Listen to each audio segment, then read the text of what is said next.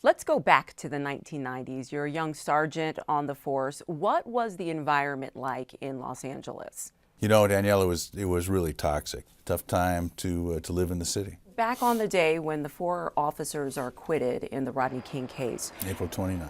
April 29th, the images start coming up on the news.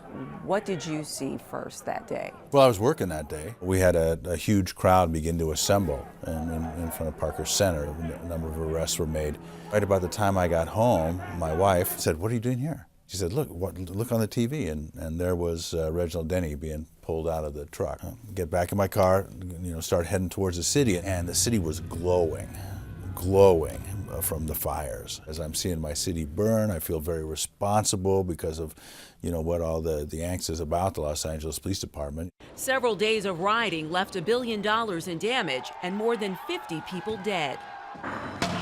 We're on the 25th anniversary of the riots.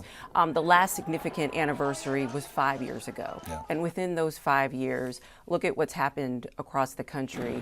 In Ferguson, there's Yeah. images of the National Guard going in. Just this week in Sacramento, there was an incident where there was allegedly excessive force used by police. 2 officers in Georgia fired off the force for some of the same reasons. Is this still a problem today?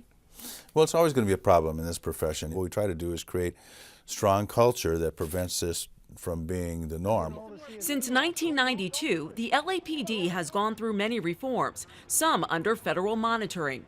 Chief Beck says the department now looks different. We're majority minority right now. We're almost 50% Hispanic, 20% women. In the 92 riots, we were majority male white. And its approach has changed. What I tell everybody is I want 2 things from you. Make the city safer and build public trust. You do those 2 things, everything else will take care of itself. There's no other outcomes that I want besides those 2. Danielle Nottingham, CBS News, Los Angeles.